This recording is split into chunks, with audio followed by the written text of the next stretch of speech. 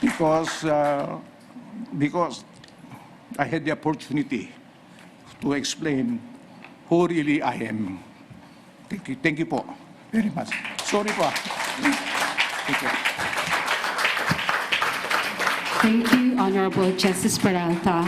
We wish you all the best. Thank you.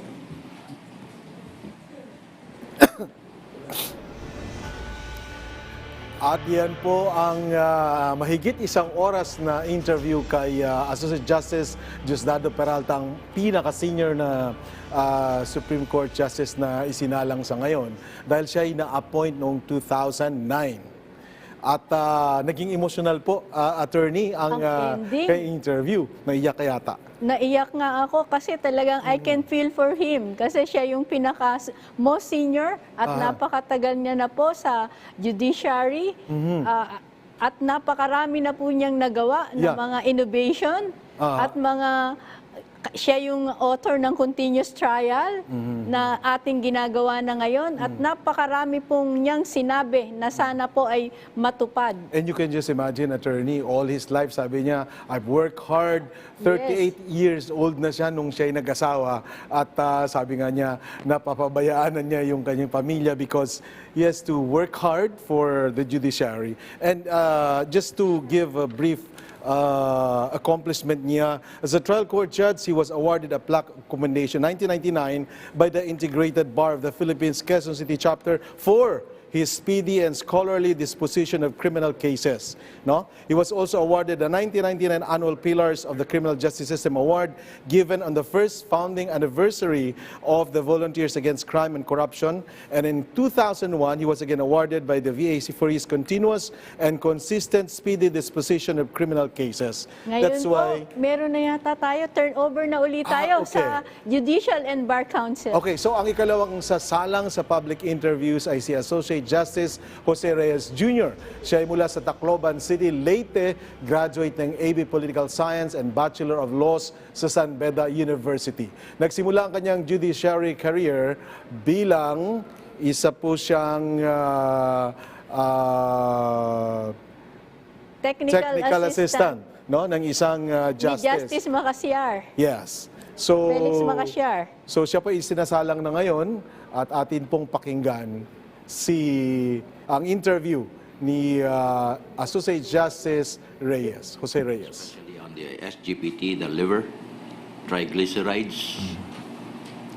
With this condition, how do you expect to cope with the problem, assuming that you will be appointed as Chief Justice? Your Honor, I've been in that condition ever since. Sometimes the laboratory tests are normal. Sometimes they go up. Especially so, Your Honor, that for the past months, I've not been able to undergo my regular exercise ever since I was appointed to the court because we don't have an exercise room, unlike in the Court of Appeals. So that may have caused the increase. And aside from the fact that the problem with dieting, Your Honor, so I believe that I will be able to cope up with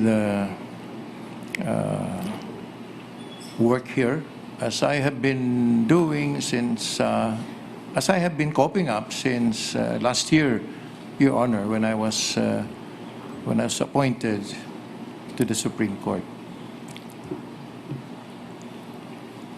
Okay, thank you. You are now 69 years old, and next year you will be retiring.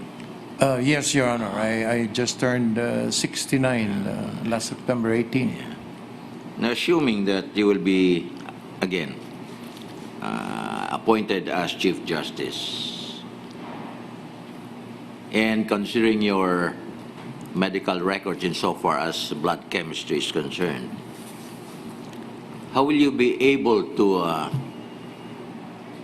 pursue with your job in so short a time? Well, Your Assuming, Honor, again, that you will be appointed as Chief Justice? Yes. I have my regular diet now and taking the appropriate medicines. And then I plan to go back to my regular exercise. In fact, Your Honor, if appointed as the Chief Justice, Your Honor, I plan to put up an exercise room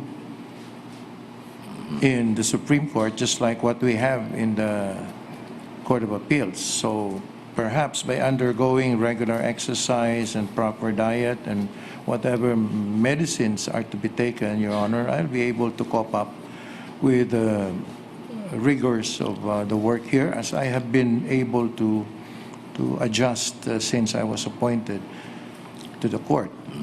And I believe, Your Honor, that a person who is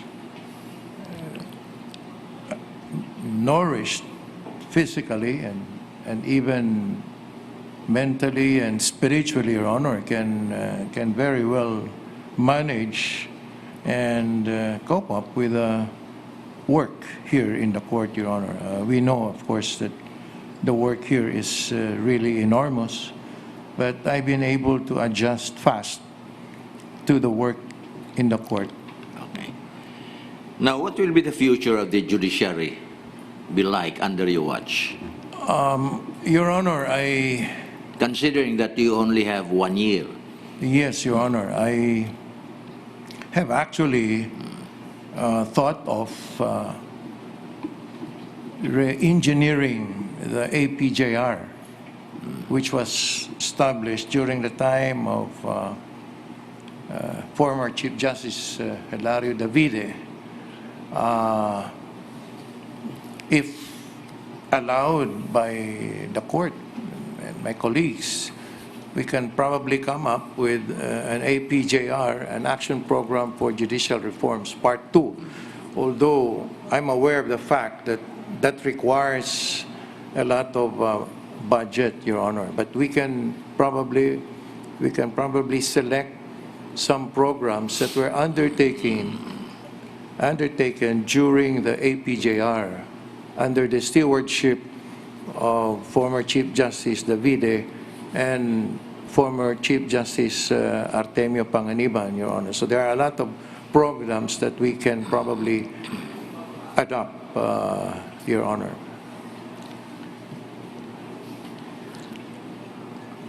Will you be introducing or initiating reforms in the judiciary? And if there will be, what reforms could this? Certainly, Your Honor.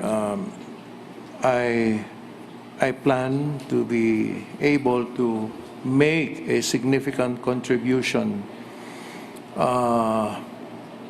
in order to improve further the image of the Supreme Court and to improve further, Your Honor, the well-being of the justices, the court officials, as well as the rank and file employees in terms of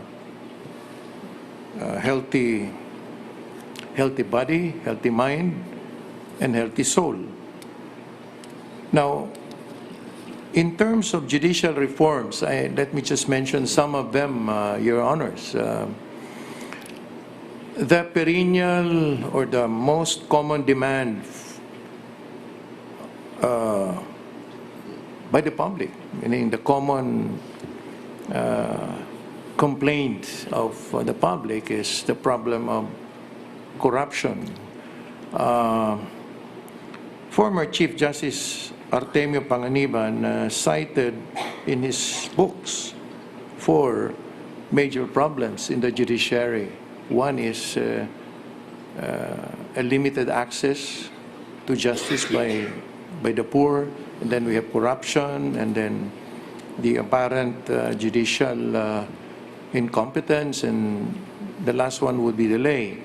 Now, one of the things that I would like to to convey